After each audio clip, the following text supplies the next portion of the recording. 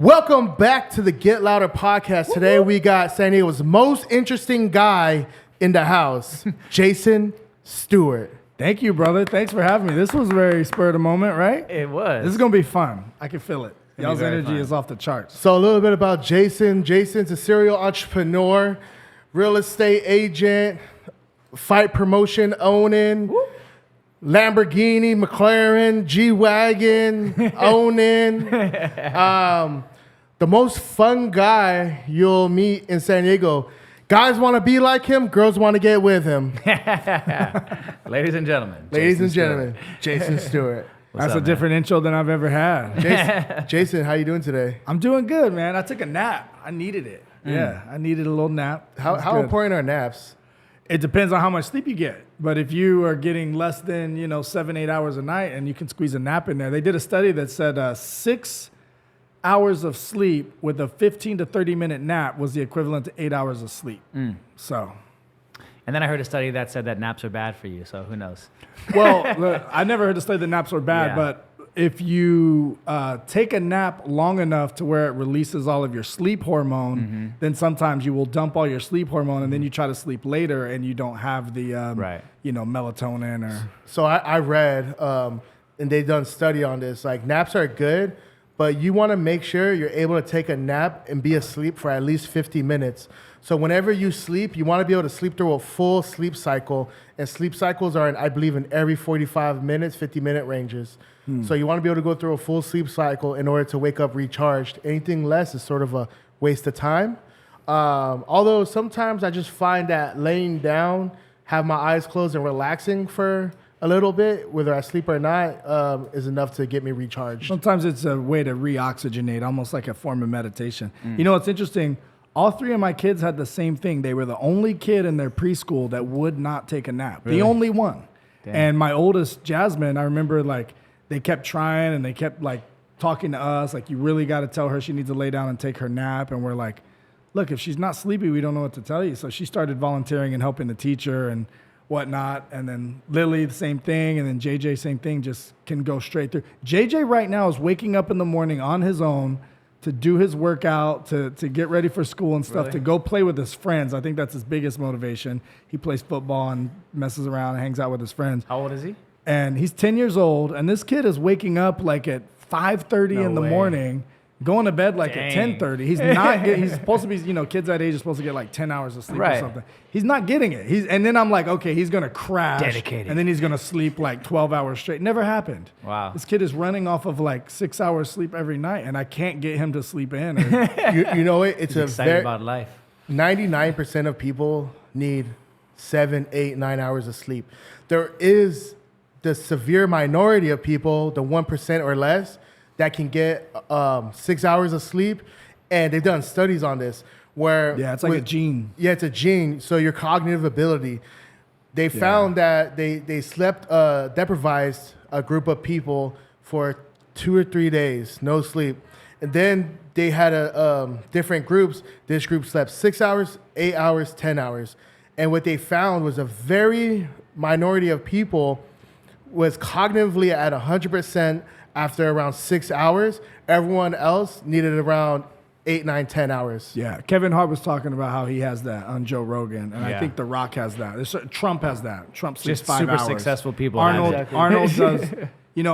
Arnold brags about sleeping 6 hours, but I don't think he sleeps 6 hours when he was working out. Yeah, the because way you he need did. that for the muscle growth. Yeah. So I've always heavily. lifted weights. I've always felt best getting my 8 hours. I don't know. I mean, not always lifted weights, but some type of something needed healing, some type of Right. extreme workouts Right. or very active day. Jay knows. Jay hung out with me. Every day for 4 years. Jay went on vacation with me. Right. So for those of us who didn't hang out with you every day for 4 years, what do you do, Jason? Tell us what you do. Oh, I'll give you an example. My day off was Saturday, and after JJ's football game, we decided we were going to go to skate park, and it must have been 4 hours of nonstop skating at the skate park. So I hit the Carver board, the skateboard. I had Heelys that I finally learned how to use. I was getting down with my Heelys. Dang, that's I had dope. a scooter. I had a bike. I had roller skates. I had the free skates, the ones that you stand on and go like this. Yeah. I had a rip stick.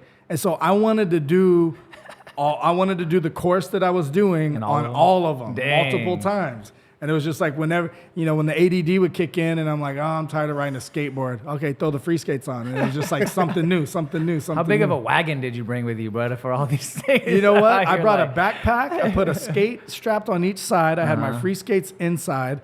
I rode on a skateboard, and then I had a ripstick in my hand while I Dang. rode on the skateboard. And then the bike, the kids already had there. Right. Yeah, so, and then the Heelys were just two little things, wheels I had to snap on my shoes. I wore my Heelys. Right, on the And I would just skateboard. take the wheel out on the skate. It wasn't the best You skating were like shoes, but I was Matrix strapped for the skate park. Minimum. Now I know Jason very, very well, and I'm gonna try to interview you like if I don't know you. all right, go ahead. So what I do know about you, nothing gets in the way from you playing. You find a way to play every single day.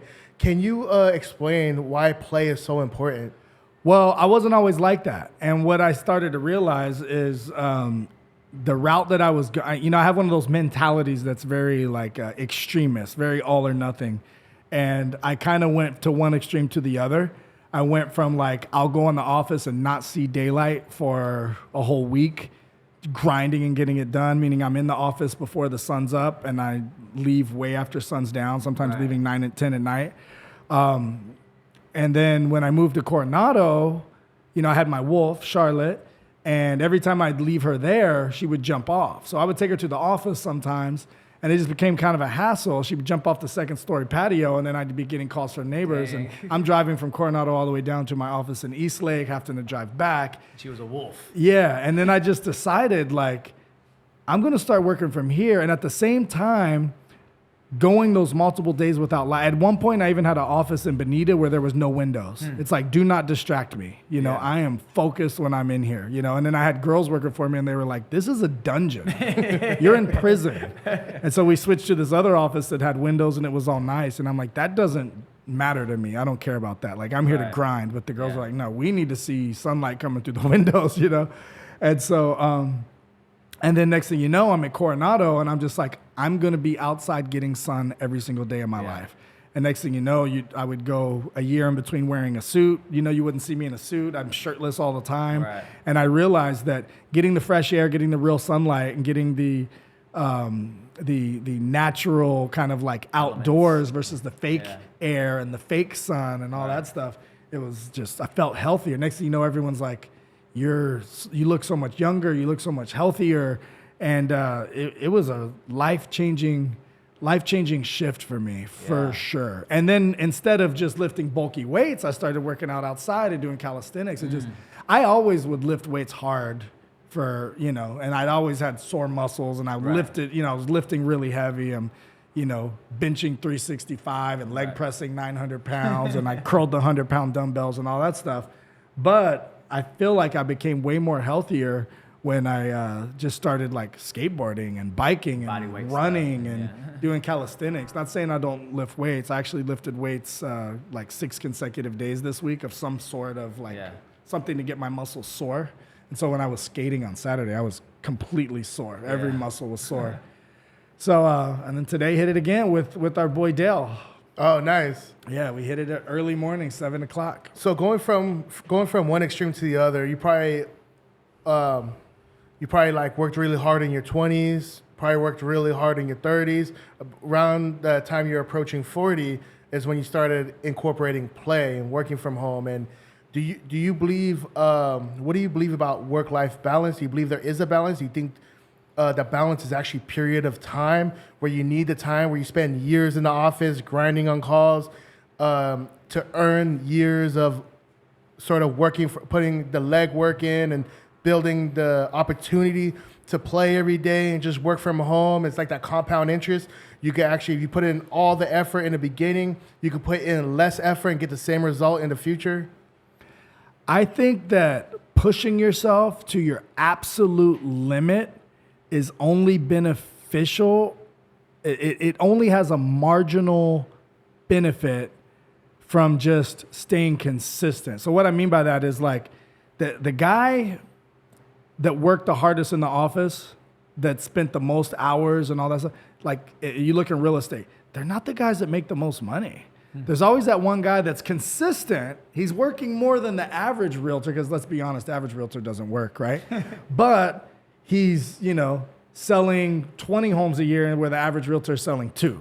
And that 20 deals a year is 300, 400,000, whatever, like they're making good money doing that. The guy in the gym, like I used to be the guy in the gym that would like push myself harder than anyone else. But I had friends that were just consistent. They'd live to fight another day. Like they weren't trying to go until they couldn't move their arms. Right. And then when you looked at their bodies compared to mine a year later, their arms were more developed, their legs were more developed, their shoulders were more developed. And it's like, but I can bench more. It's like, yeah, but what are you working out for? What are you winning a bench press contest? I never competed in a bench press contest. I never competed in a deadlift contest. So it's like, what are you really working out for?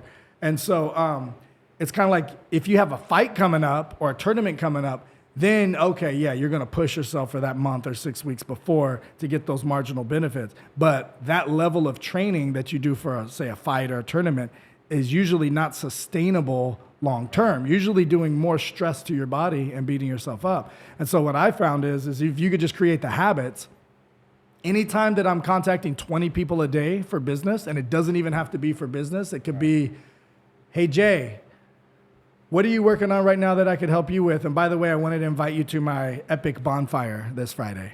Hey, Jay, I really appreciate everything you do for me, and I want to invite you to this event coming up, or my daughter's Sweet 16 that's coming up. These are real events coming up, too, by the way. You guys are invited. We'll be there. And so, and just staying in touch with people. Right. If I just stay in touch with people, stay top of mind, I get the business. Yeah. All of a sudden, it's like, man, I see a lot of people talking about that epic fighting. How do I get my name on those fighter shorts on that cage?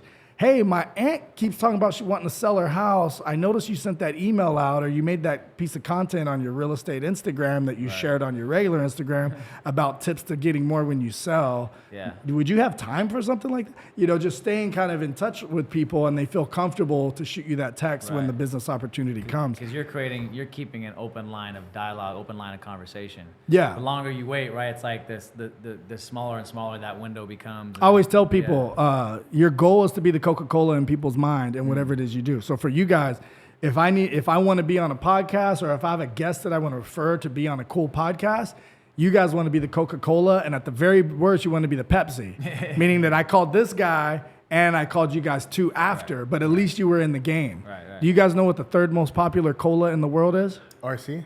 I told you that. I knew he knew. I thought the only other cola. Yeah, but no one's ever guesses RC. No one ever guesses RC. You don't think of it. It's That generic cola. Like when's the last time you saw it, So you have to be kind of that, hopefully number one, if not top two, Right. or else the chances of you getting that business is really slim, because there's a million realtors, podcasters, Exactly. places to advertise, things like that.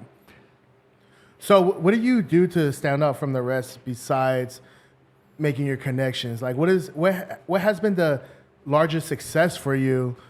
And you know what your superpower is? Your superpower is networking. Okay. And you do a really good job, and you do it naturally. It's not something that is fake to you. And whereas people have to fake this Instagrammable lifestyle, you actually live it. You would do this without Instagram. Instagram is just a plus. And you just happen to love being seen and recording.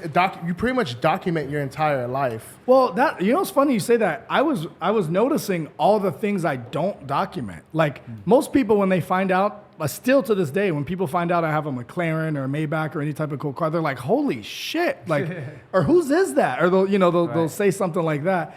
And I've been floating on average 10 cars at a time that I've owned personally for the last year or two. And I heard someone mention it. I was like, damn, if anybody even gets right now, my McLaren is parked in front of the studio.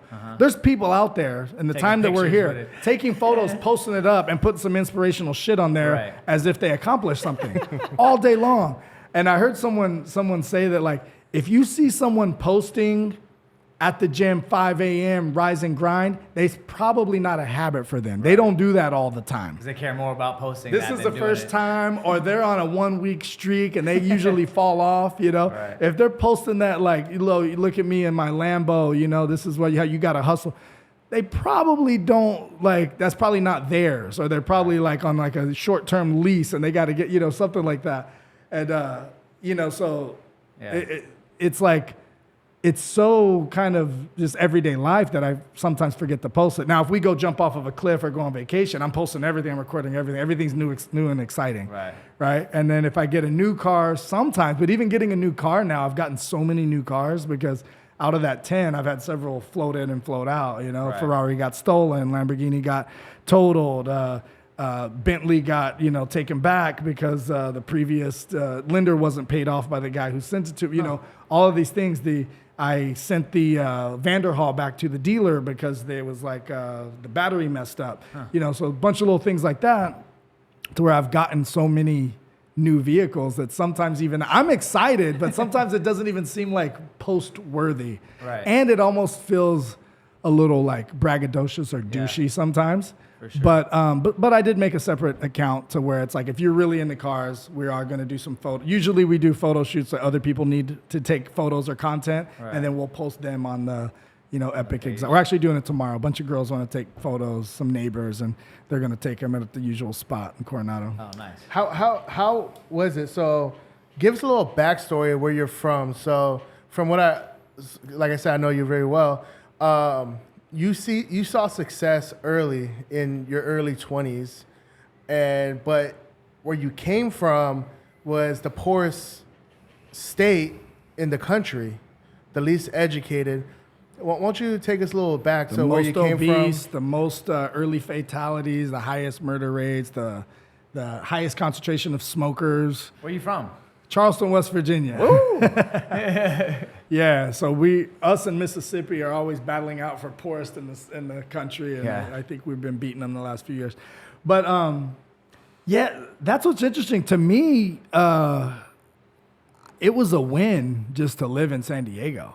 To me, that was such a big step. It was so out of my comfort zone. That's why, like, a lot of times people are uncomfortable with things that you might not think are that comfortable, or to me don't seem that uncomfortable.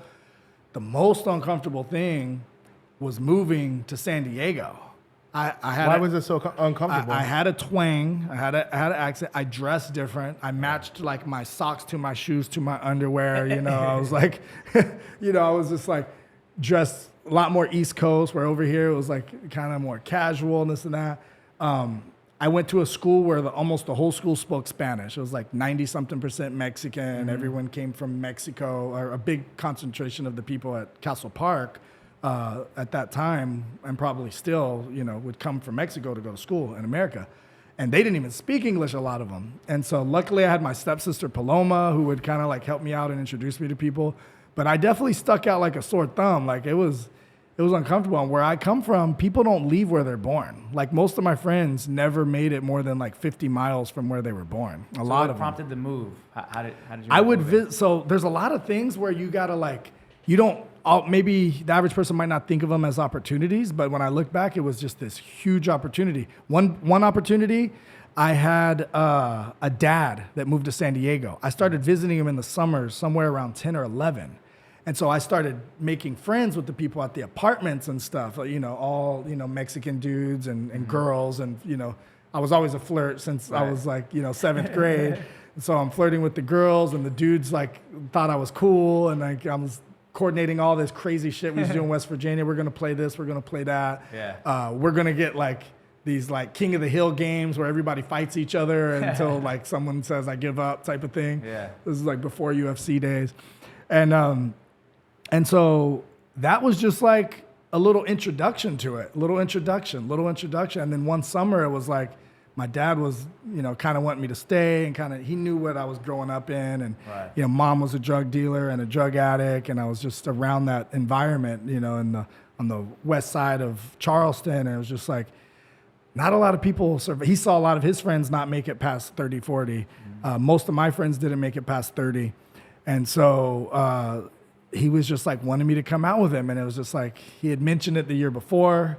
This year I was just like, maybe I could try it. And I just built that courage up and said, I'm going to try it. Yeah. And it was so uncomfortable. But, how old were you at this point? But I'm glad. I was 14. It was high school. Yeah. I'm so glad I did. Another thing that I didn't realize was a blessing. I had this friend, Ben. I have his number now. I got in touch with him last time because I went by his house last time I went to West Virginia, like a decade or more ago.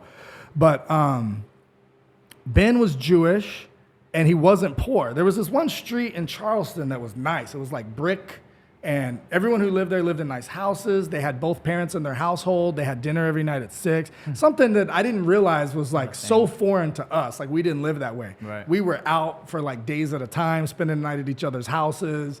A lot of us, parents were broken up. We never saw our dads. Like I wouldn't see my dad more than like until I started visiting him in the summers, but go all year. When I was a kid, I went 3 years without seeing my mom or dad from like 5 to 8. Wow. And so like that was kind of like the norm. We were all on welfare, or mom's like working multiple jobs, like just barely making it to try to not be on welfare. And so I go to his house and they would have dinner at the same time. Would you like to stay for dinner? They had a maid. To me, that blew my mind. She's like, oh yeah, the maid cleaned and I can't find my stuff. Ben would complain. I was like, you got a maid? He's like, yeah, it's so annoying because sometimes you like want your stuff in one place and they put it somewhere. I was like, to me, you had to be rich. Right. Like I'd never even met anyone with a maid before. Right. They had like Super Nintendo and Sega Genesis. So it was like, we had one or the other. It was like, for sure, everyone's going to college. It's like, we're for sure not. Like, we for sure can't afford college. Yeah. And so it was pretty interesting. Chris Rock has a skit like, everyone thinks I grew up in the hood, but I just never corrected him because I wanted the street cred. Like, my mom made just enough money so we could be poor around white people. Right. He was like, you don't know the pain of spending the night at a white friend or somebody who had a little money's house for the first time. You come back home like, man, y'all ain't doing shit. You got to up your game, Mom. And that was kind of it. It was just like, wow, like this is different. And it, I really think looking back after I saw that skit that was like probably helped me, It probably opened my eyes to something different. Having that access, I talk about this all the time, is when you grow up in that type of environment, the difference between the people who make it out and the people who don't is the access, like the random chance they've either went to a different school outside of where they grew up, or they met some people who had, and then you get exposed. So it's all about the exposure. Like I went, like where I grew up in the hood here in San Diego, and ain't nobody had a dad, barely had a mom, you know what I mean? Everyone's dirt poor, like looking like a bunch of scrubs, and everything. And then I got bussed out to a different school, and then kids had got a car at 16. They had a house with 2 stories and a trampoline in the back. I was like, how long were you there? Where? At that school? All 4 years. Of high school? Yeah, all 4 years okay. of high school. Yeah. And then what was cool is like I would think, like you said, I would come home and be like, yo, y'all need us. Like I start, how much do you make a year? I start like, have you thought about making more money? Have you thought about making more? Have you thought about not buying alcohol and cigarettes, and that maybe we can afford a nicer place or something? Yeah. And really like starting to realize like there's more out there. But and then whenever I talk to other friends, about the same situation, I had a friend, Walter Ford. He grew up in Gary, Indiana. Yeah. Which is like everyone. I'm talking about everyone is poor, and I was like, well, how did you change your mentality? He said the same thing. He became friends with this kid who their family liked him. He came from a good family. Then he was exposed to what else there is besides the hood. Yeah, and that's when you start knowing things are possible. And what's so interesting is if you're hanging out with a group of people who are, drinking alcohol and smoking, getting high, whatever, and just shooting the shit. Like, people will just shoot the shit all weekend and just be like, I'm just going to, try to escape from work as much as I can, so I have to go back to this shitty job. Right. And that becomes so normal. It's just like, and there's so many people that's their norm. But then you get around people who are millionaires or multimillionaires, and then you're talking, I don't know, I think I'm going to trade my McLaren for a Lambo. That's just a normal, everyday conversation to where if you were in this group, you don't even know. All you can say, what is the 80% of people in that group? Must be nice. Right. Must be nice, dude. I was here. Like, I had no handouts. I had nothing special, different about. I never won the lottery. Right. It was like, it's just switching your mindset. But admittedly, I wanted an exotic car for years, and I just could not wrap my head around a $3,000 car payment. Like, that's more than you're supposed to pay for rent at the time. You know what I mean? And then, like I said, I'm an extremist. So I'm like, if I'm going to do it, I'm going to go all out. And I ended up getting 10 cars in 1 year. And now I have over $10,000 a month in car payments. You know what I mean? And it's just like, now a $3,000 payment seems like nothing because I've already had over $10,000 plus insurance, this and that, and maintenance for cars. And so it's almost like you break through that barrier of what's possible, you know. Right. You know, you're flipping houses and you're trying to buy the little cheap ones for $200,000-$300,000. Then you go up to that $500,000 and you do it. Now you're not scared of it. Right, exactly. You know, now it's like right now I'm selling a house for $1.3 million. And so whenever people ask me, I used to say like, I'm good for up to like 1.2, 1.3 million on a house to flip, you know.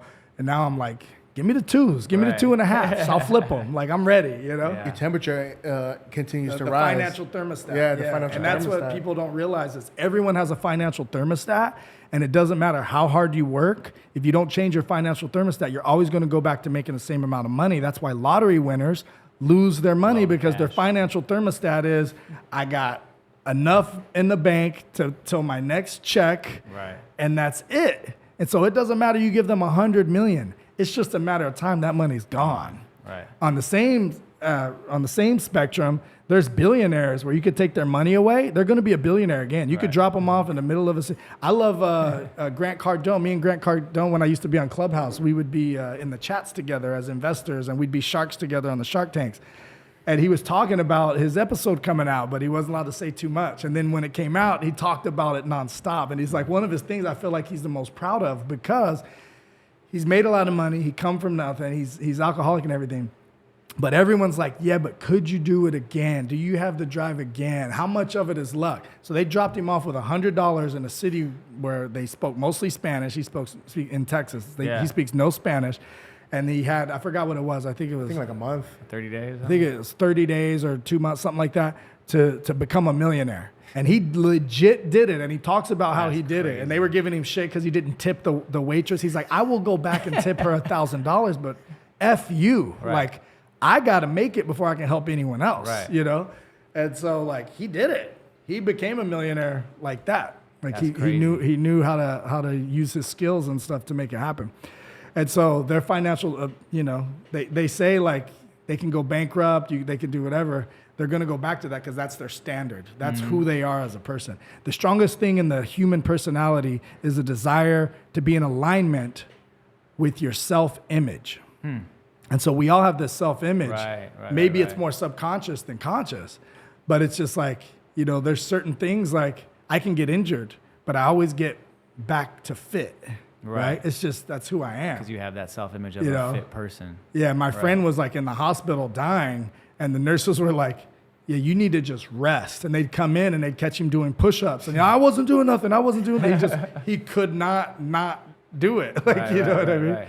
And so, once you set that standard, it's a lot different than a goal. It's like not everybody reaches their goals, but everybody reaches their standards. And the standards is who you truly believe you are to the core. And sometimes you have to lie to yourself because your brain is easily tricked. We're all brainwashed. Right. Anyone who asked for Patron, 100% they were brainwashed. Brainwashed by hip hop. 100%. If you ever see someone with a Gatorade, they were brainwashed. Yeah. That's the most piece of shit, sports drink out there. But someone brainwashed them into thinking that it was okay. It don't even taste great. It's like, just advertising. And so it's just like Patron is the lowest quality tequila on the market. They just spent the most money on advertising to brainwash. We all got brainwashed by the news, we're easily brainwashed. So why not brainwash ourselves for good? Right.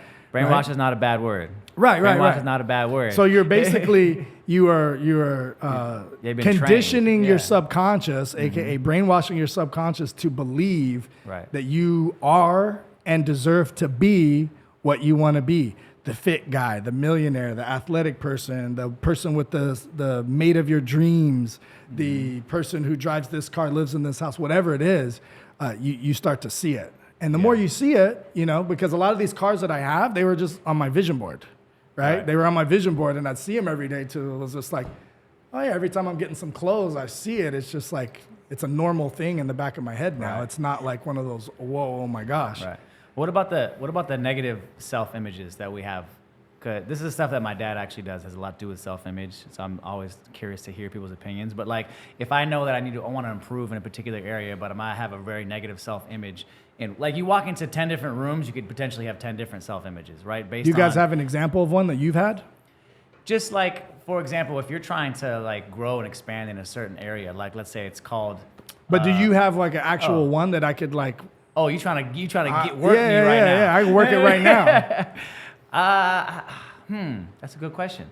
Well, what about for yourself? I mean, like, how about you said, now I flip 1.2s, $1.3 million houses. Like, 2.5s. Right, 2.5. Now, is that a self-image or a limiting belief, or just why not 5 million now? Like, even though you know the process, Yeah, absolutely. why not 5 mil now? Yeah, so there's a few reasons why. For one, typically you want to have that much money or access to that much money. I don't have 5 million liquid right now, or enough, to where 5 millions are also, it's a much bigger, the holding costs are a lot crazier. Your holding costs are like hundreds of thousands a month for holding costs, potentially, depending on how much you finance and all that type of stuff. And then so by the time you buy it, usually on a house like that, you might have to put 800,000 into it, because that's 5 million is probably going to be a really big house where you want everything to be top notch, it's in La Jolla, Coronado, someplace like that. So you're not doing just the fake floors. You're going to do the nice cherry wood floor, stuff like that, because that's what those buyers want. And so could I do a $5 million? Yes. Would it be really scary to me? Yes. 2.5 is just scary enough to where it's like outside of my comfort zone, It's close enough. Yeah. Now, that's with no partners.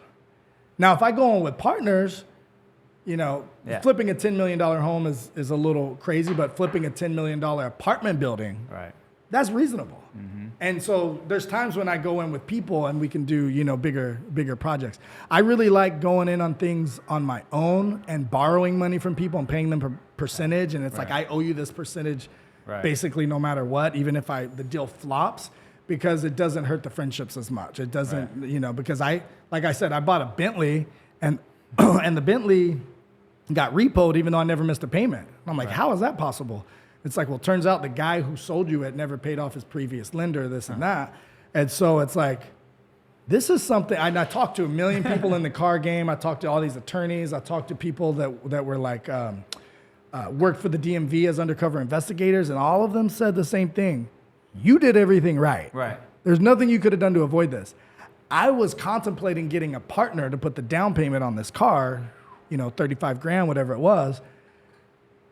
And to have that conversation with them, I would rather have the repo. I would rather lose the money than to have that conversation with Jay, who saved up 35 grand and had trust in me. Right. And I'm like, Jay, I lost all your money, bro. That was like everything you scraped up. You know what I mean? Happen in real estate though? Does it happen? Yeah. Yeah, and I rarely have partners. Right. Yeah, I got burnt on a few. Y'all want to hear some burns? Yes. I bought a house in by Magic Mountain, and I guess they knew it had a sell date. I didn't know it had a sell date, and so I assumed the loan, gave the wholesalers 20 grand, gave the sellers 13,000. I was going to give them another 13,000 at close of escrow, and she just started ghosting me. And what she wanted to do was get my money, stay there several months longer, and then when it foreclosed, get the cash for keys. But she ended up getting like another 20 grand for cash for keys for them to get her out. Dang. So she got my 13 grand and the 20 grand and got to stay there for several months. And so the house just foreclosed. And so I got burnt on that one.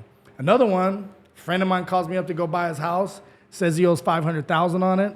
Spring Valley, I have it on Airbnb right now. It's doing well on Airbnb. So I was like, cool.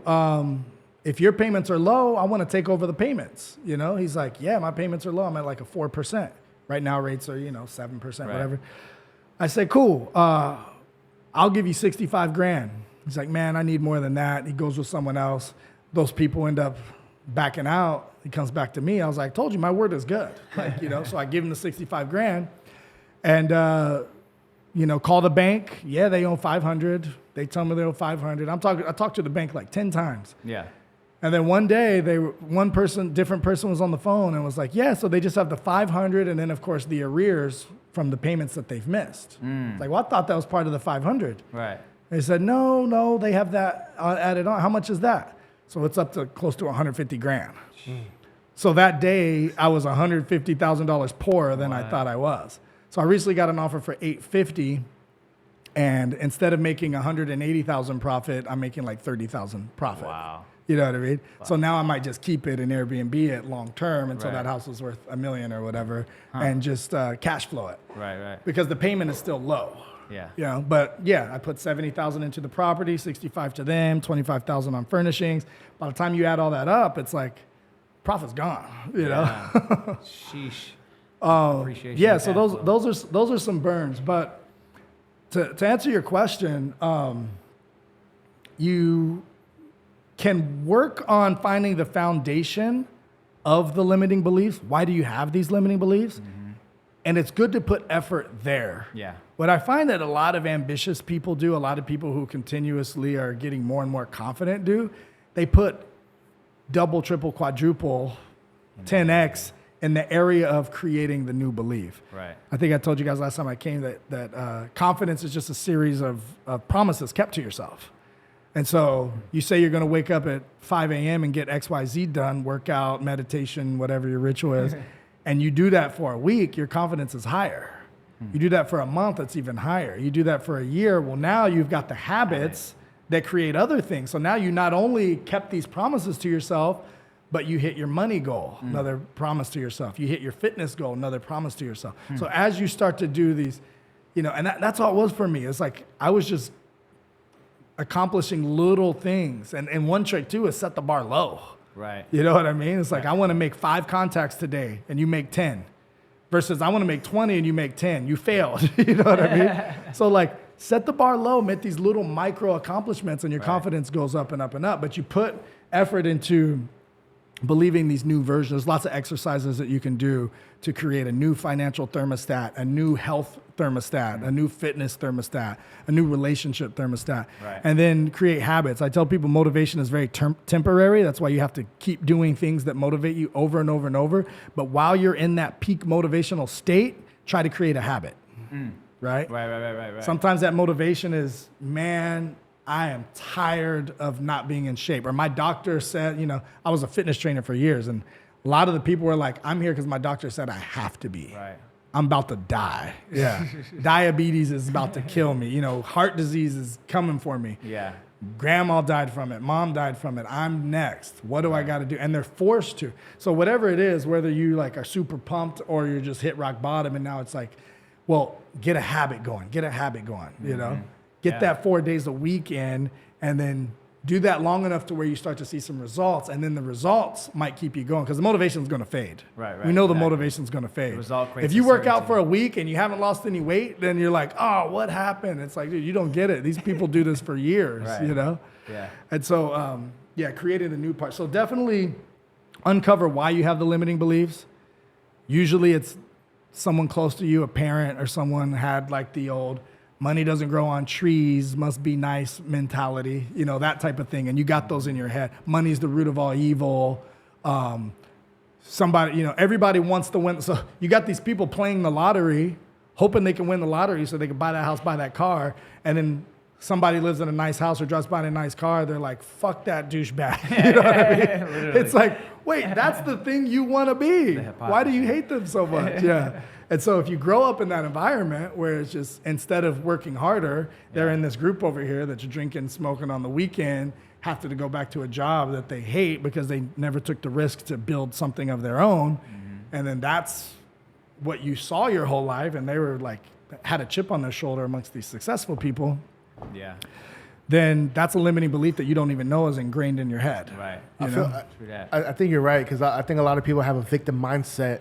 For instance, I did a podcast with Kevin upstairs, and he clipped it up, and you can see in the comments on the shorts, oh, this sounds like somebody who's never struggled and grew up privileged, or you'll just see all these comments that people make up any excuse on why they're not successful, and clearly they didn't watch the whole podcast, because then they would have known my backstory. They would have known that Oh, they're saying that about you? They're saying that about me. God. Yeah. That's the most ignorant thing you can say. they got that one wrong. They got that wrong. It's just like, But you can't help those people. There's always going to be a surplus of those people because you got to think about like the average person is not going to get out of their comfort zone. They're not going to chase their dreams. That is scary shit. Yeah. That is scary. And so all they can do is sit back and hate. Yeah, you'll never. No one doing better than you is ever going to hate on you. No. You'll never see it. There's no one that's making more money than you, and then you close the deal for 20 grand, and they're like, talking shit. "Oh, you think you're all big shot now?" Like, no, they're going to be like, "Yeah, why aren't you doing that on the regular? Keep it coming, man. You got the potential." It blows my mind because we have a short time in this earth, and would you rather just be comfortably like vibrating low, or would you rather you play video games? A lot of people play video games, they'll watch movies, and they'll look up to these people in the video games or live vicariously through these characters, and it's like you realize that you can be the main character, you can go after it, you can I'd rather go after my dreams, fail, and then never go after them. I cannot be average. I'd rather be dirt poor or extremely rich, but being in the middle doesn't do it for me. People are like, oh, you're already successful, this and that, boo, boo, boo. I'm like, no, I'm not. I need to get rich in order for me to feel successful. You know, I'd rather risk it all and be dirt poor and live in a shack. That, to me, would be happier than just being, oh, I live in this average house with this average dog and... you know, a family doesn't really respect me. Don't bring the dog into this, man. Oh, not the dog. Sorry. No dog is average. But I'd much rather be on one extreme or the other rather than be in the middle and just be average. Well, misery loves company. Misery loves misery. So people who are miserable, that's what they know. Like you almost can't get mad at them. Right. At the same time, when we're talking about success, which it seems like that's a subject that you guys like to delve into, the biggest piece of advice I could give to people is to go ahead and define what success is. Right. Because when I used to make vision boards, I would just start cutting out expensive shit and putting it on my vision board. The most expensive watch and cars and mansions and, you know, properties all around the world and this and stuff. But like... Talk about brainwash. Yeah, exactly. You know, like, oh yeah, let's just throw it up there and see what happens. Versace, and what's crazy Gucci. is a lot of those things I ended up getting the Range Rover, which was the SUV of the day. You know, I ended up getting this, you know, Breitling watch. It was a Breitling Bentley watch. Mm-hmm. So I ended up getting a lot of things that were on that vision board. But it's kind of like, you know, I wrote an article called something along the lines. It was years ago. Vision boards can be dangerous because it's like you just throw it up there. What if you get it? Right. Now what? Like you better think about what it's like to get those things. And so you got to define what success is for you. Well, what's success for you? Success for me, okay, so I have a few goals, but I have a pad in my shower. My kids bought this for me because they always hear me talk about how I get the greatest ideas in the shower. And then I was talking about if they could come up with so they found one and they bought it for me. It's like a pencil with a pad and it sticks into your shower. So you can write notes in there. And one of the things on there on the first page is, success is my kids want to hang out with me when they're grown. So like money can't buy that. So that's has nothing to do with money. That's about like relationship. Yeah, and that was another thing that when I moved to Coronado, even a few years before I moved to Coronado, I realized I wasn't taking my kids traveling. Spent a ton of time with the kids and all that stuff, but it's like traveling is something that I was like, wait a minute, epiphany. They're going to grow up, and I never took them places because I was too busy working and I was too, you know, like didn't feel like I was financially ready or whatever your excuse is. No, we're going to travel first, ask questions later, worry about the money later. And then the money just kind of flows to you. The people who vacation statistically make more money. You get more inspired and you have like more reason to make more money. Right. Having millions of dollars in the bank when you're like, well, what am I going to do with this? But then you see like, oh, I could go here and, you know, flights cost money and staying in these places costs money. Yeah. And so for me, my kids want to hang out with me when we're grown. I want to have a great relationship with my kids and eventually my grandkids. I want to be healthy, flexible, fit for the rest of my life. I want to live deep into my hundreds. Probably, you know, the goal would be to live longer than anyone is alive today. Ever. Yeah, ever.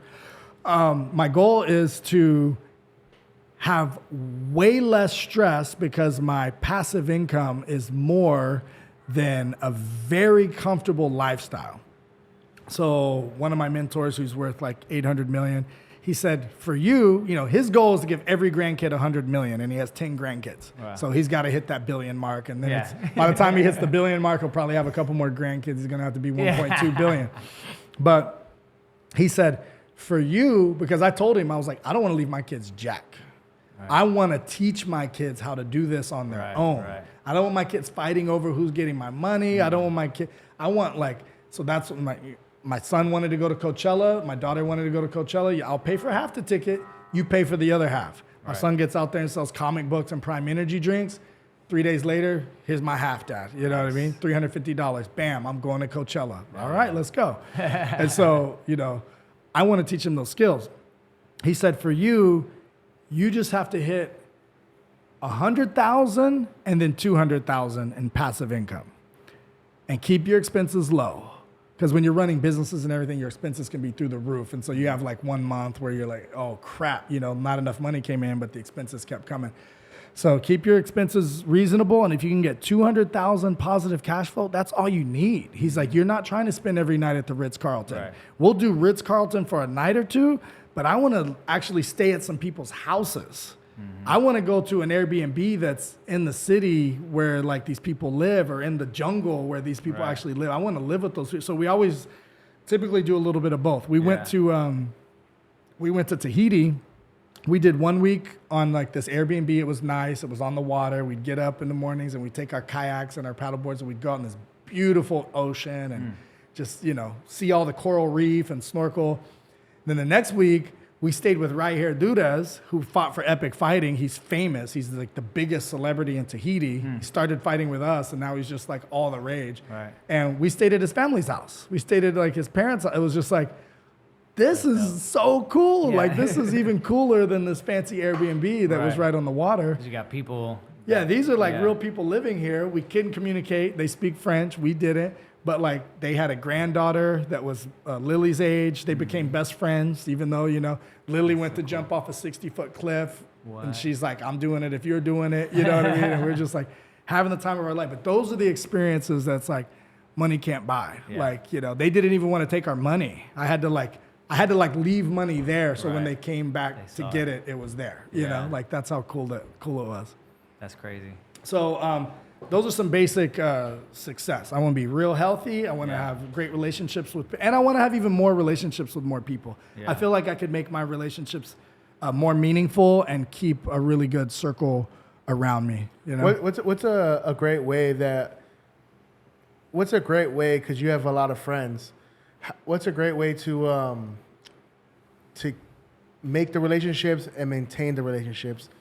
I think genuinely caring about people, like checking up on them. Like sometimes I just send random texts, and sometimes I'll send like 10 or 20 a day. I'll be like thinking of people that, how did I go this long without talking to this? Yeah. It's so easy to do, right? Like, has it been 6 months? Has it been a year since I've reached out to this person? And so just reach out. What are you working on these days? What do you got going on that I could help you with? I've been sending a lot of those texts lately. Yeah. And then every now and then, if I have a goal, I'll be like, hey, what are you working on these days that I could help you with? By the way, like right now, my goal is I'm trying to get 2 listings and I'm trying to find 1 more property to buy and flip. Mm-hmm. So it's like, that's what I'm working on. You know, next time you're in a conversation with someone, they mention that they need to sell their house. Don't keep me a secret. Don't keep me a secret, baby. And so that's a good memory. So there's that. And then there's adding value. Like I reached out to a friend of mine who bought a house from me many years ago. He reaches out like every couple of years for some real estate advice. Maybe I'm looking to do this. He's a fireman. We used to work together at Spaghetti Factory. And I just said, hey, man, I really appreciate you thinking of me when it comes to real estate. And I didn't even say that, but I've said that in the past. But this time I just reached out and I said, do you want to come to the fights? I want to hook you and your wife up with some tickets. And if your kids can come, I'll hook them up too. And so come to Epic Fighting. Here's the date. He's like, wow, thanks. And like to him, that was a big deal. Right. You know, and it's like, you know, I should have given him tickets a long time ago as a closing gift for buying the house. Like, why not? You know what I mean? Like, what's an extra couple $100? Yeah. So, I think that's crazy important, man. And I'm like, as you're saying that, I'm thinking it for myself because it's like, as I get busier and busier, and I have a growing family as well. Like I'm about to have my third kid as well, and I'm always conscious of the fact that I am not reaching out to my friends as much as I used to. Yeah. Right. And as time goes on, even in my closest friends, I'm like, I literally get like guilty. I have feelings of guilt in still not hitting them up. Like, damn, I haven't talked to him in 2 weeks. It's like, just a text. I know. And then it's like, and then I get fearful. I'm like, but if I hit him up, if it's not about a specific thing, like, I don't know. All these weird conversations start happening in my head. And it's like the farther and farther I wait, the farther and farther we kind of grow apart. And it's just like, yeah. I really want to make that. Sometimes they don't respond because they got their family, they're busy, and they Yeah. see it and they don't know how to react right away. You don't take it personal. 6 months later, maybe hit them up again, or maybe later they hit you up. But I found, so I used to be so good at it. I said, my job is to keep relationships with people. Like for real estate, for epic fighting, for whatever business I have going on, I just got to keep relationships with people. Yeah. That's it. How can I add value? How can I add value? And what ends up happening is you have more value to add because now I know you. And I know you make these dope songs for people's businesses. Next thing you know, I'm talking to someone, and I was like, "Oh, what's your bit? Let me follow your Instagram." What this woman said, my client of mine, Maggie, she hit me up today, and actually I hit her up to see how she was doing, and she followed back. Sorry, I didn't respond. She's like, "I started this new business, money bouquets, and they make these like big flower arrangement things that with cash, and it looked dope, right?" Yeah. So, and I was like, so now it's just like, oh, you got a client you want to do something sweet for, or maybe you want to like hook your wife up with something kind of cool. Yeah. Like hit her up. Yeah. And then I'll be like, dude, make one of these videos for them. Think about all the cool, little ideas, all the words there are for money. Right. And you could say, make a flower, a rose, a this, a that, with the Skrilla, the dough, whatever. And so it's like the more you stay in touch with people, the more you think, oh, you got to hit up so-and-so if you got to get your wiring done. You got to hit up so-and-so if you want your headshots, your video, all that type of stuff. And so I became the guy for a long time, and I want to get back to becoming this guy. And I just started doing it where I'm like trying to stay in touch with 20 people a day, 100 people a week, where anytime I would call someone, they'd be like, whatever happened to so-and-so from high school 10 years ago, 20 years ago? Yeah. And I'd be like, oh, dude, he's doing great. Talked to him 2 weeks ago. Really? Really? Yeah. Oh my God. It's like, and then you start to realize like, I'm the only dude staying in touch with a lot of these people.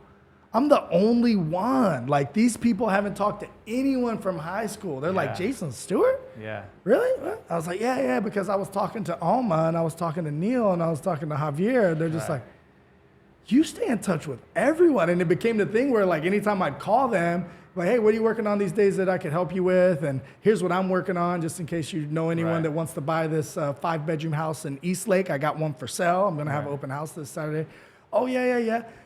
So, and then they would be ready to pick my brain on who else I talked to because it was so intriguing to me how these people were that they used to know, they spent 4 years in high school with, what they're doing with their lives now. And I knew it all, Yeah. Man, I mean, making that, because you were talking about like small habits and we were talking about consistency in the beginning, not going crazy, but just being consistent. Consistency in small over areas. intensity. Right, exactly. I'm the most intense guy ever. Yeah. And I just discovered like, making that a 20 habit. minutes, 20 walking lunges. Yeah. That's it. And then from the and exercise live to do another literally, day. I'm literally thinking like I want to make part of my morning routine or my weekly routine like, hey, I'm going to text this many people a day just to stay in touch. But it's like, and you could think of it from like, I'm just doing it for business purposes, but I'm not. It's like, not only is it my network potentially for business, but it's the network that I know I want to continue to be in touch with and keep that stronger. And that's going to benefit for me personally and potentially for business. People don't care what you know until they know that you care. Right. And so once they feel that you care, it's just like, I see you selling a lot of houses, but I just don't know if you're just kind of like making money off of me, this and that. Yeah. But when you had the Ford conversation, if you guys don't know the Ford conversation, the Ford is family, occupation, recreation, and dreams. And when you got to the level where you're having conversations about dreams, sometimes I don't get there with people, but I at least know how the family is, how work is. Then they're playing pickleball on the weekends. I know about that. And then I try to get to that level with them where I share my dreams and they get, I've always wanted to start an orphanage. And then guess what? I got this woman over here that has an orphanage. I connect you let's make this dream come true for you. You be a part of this. You figure out how to expand it, make hers better. She'll tell you how to do your own, whatever it is. You always wanted to go, like me, I've always wanted to go to Fiji. Still haven't been. Just hasn't lined up yet. Yeah. You know what I mean? And so when I go, oh man, I can't wait to post it, and I can't wait to call all my people. 'Cause my people, 1,000 people, 2,000 people that I've stayed in touch with over 20 years of real estate, they all know that my dream destination, even when I was struggling before I had Epic Fighting, was to go to Fiji. Yeah. So they're going to be like super pumped to hear it. For sure. But they know my dream, so Right, they're celebrating with me. That's crazy. What advice could you give the young kids, 17, 18, 19, 20, 21, 22-year-old, who wants to live the lifestyle, wants to be successful, wants to become a millionaire by the time they're 30? What advice would you give them on the fastest, or at least the right mentality to have? Okay. So they don't waste their 20s. So everybody wants to be a millionaire by their 30, but nobody wants to know why. So define success. What's the why behind the why? Okay. So I want to be a millionaire because I will have less stress and I know I can take care of my family. Why is that important to you? It's important to me because I will feel like I'm the man of the house and the provider. And why is that important to you? Well, because I saw my parents fight, and when they were fighting all the time, I was like, this is never going to be me. And I just really saw my dad get demasculated because my mom was pissed off that he couldn't pay the bills. Okay, so you don't want to have that happen to you. Why is that important to you? All that, and I'm just making this up totally off the dome, but and that's important to me because I feel like if I am the man of the house and I feel like I'm providing for my family, that I'll be a better lover to my wife, better relationship, and I'll have a better relationship with my kids.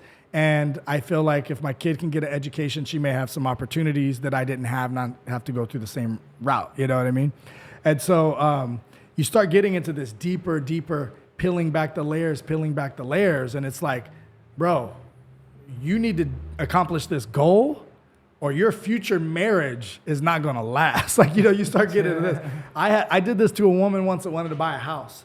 And she said, I want to buy a house that has enough room to where we could have, she's like, I want a pool and I want to have like a game room, like a pool table, this and that. And I want to have space for all of my daughter's friends to come over. Mm-hmm. And it was like, why is that important to you? Why is that important to you? Why is that important to you? And every time she'd say it, why that? Why that? Why that? Right. And when it came down to it, several of her friends' daughters got pregnant at 15, 16 years old, going to other people's houses to hang out, and those parents weren't watching them. Right. She's like, I want to be the cool mom to where they're not going to go try to sneak and drink over there. Right. They're not going to try to sneak some boys in over there. No, the boys are allowed. That was her mentality. You guys go to the pool, go play, but I'm supervising everything. This is the safe space. And this is the safe space. The kids tell me everything, but I'm going to be giving the wisdom. I'm going to be mentoring these kids. None of these kids are getting pregnant at my house. Right. You know what I mean? And I was like, damn. So to get you one step closer to your kids and your friends' kids not getting pregnant, let's get you pre-approved. Let's get you pre-approved, and let's take some steps towards getting you this house. It's really meaningful stuff. Mm-hmm. For another guy, it was just like, well, it's a smart thing to do. And then you go down to that 5th, 6th layer, and it's like, I want to serve God, and this house is going to create the income for me to pull out and refinance in 5 years and go on a mission passing out Bibles. It's like, you never would have got that on the first layer. You never would have got that on the first layer. You got to go deep. And now it's like, you trying to spread the word of God? You trying to hit that mission? Let's get this condo. You don't get that renting. You don't get to do that renting. You get to do that when you buy a house and it builds equity for you. So you got to find the why behind the why, and then you're more likely to reach your goals, because money by itself is not the motivator. Right. What money can do for you is the motivator. And they say if you can discover your why, you can endure any how. Absolutely. The how will come. The how will come. You don't need to know the how. That's the least important piece of the scenario. It's the least important part of the equation is the how. The why is the most important. Then you got to create the habits to get towards the why. Then you'll just start thinking. You'll start thinking. All it is when you hear the law of attraction and the secret and all that stuff. Right. All it is a reticular activating system. That's all it is. When your wife was pregnant, you guys saw pregnant people everywhere that me and Jay are not noticing because we don't have a pregnant person in our life. Right. You know what I mean? That's all it is. You probably never noticed a moped before you got a moped. Now you love it and you see them all everywhere, around, you know? And a McLaren or a Lambo cannot get past me without me noticing, oh, is that a SVO? What color is that? Is it a Spider? You know, like, it's because like that, I'm in that world now. And so if somebody over here is having a conversation about selling a home, I'm butting in. Like, but I'm tuned into that frequency where the average person is just background noise. Right, exactly. Hey, where's that house at? Oh yeah, I'm selling one over in the area right now. Like, what did you want to get for it? Right. Yeah, you already got a realtor for that? You know? Yo, you That's got a crazy. realtor? Well, hey, Jason, thank you for coming on. Thanks for having me, man. Hey, man, yeah, that was awesome. We're going to get you on again. Yeah, lots Yeah, of... get me on again. We got a lot. I know Yeah, the there's a stuff lot you more like to gems. talk about. So No, we don't talk about that here. Nah, but we dropped a lot of you dropped a lot of gems today. One, at least for me glad. personally, I had a lot of takeaways, and I'm sure whoever watches this is gonna have lots Jason! of takeaways as well. You know what I'm saying? Sorry, bro. appreciate Come on, y'all. man. Totally cut you off. You did. You didn't care what I was saying. That's why. He's like, anyways, bro, we got to get him out of the studio. Well, hold on. Jason, tell the people where they can find you. Instagram at Jason O Stewart. I think everything else is Jason O Stewart except maybe like Snapchat, JStewart111. Yeah, hit me on Plug in anything you want to plug in. Epic Fighting, November 10th. And you always Epic Fighting at epicfighting.com. Get your tickets. Use code JPRO for your discount. You know what I'm Hey. saying? Anthony, make the code JPRO active right away. Now.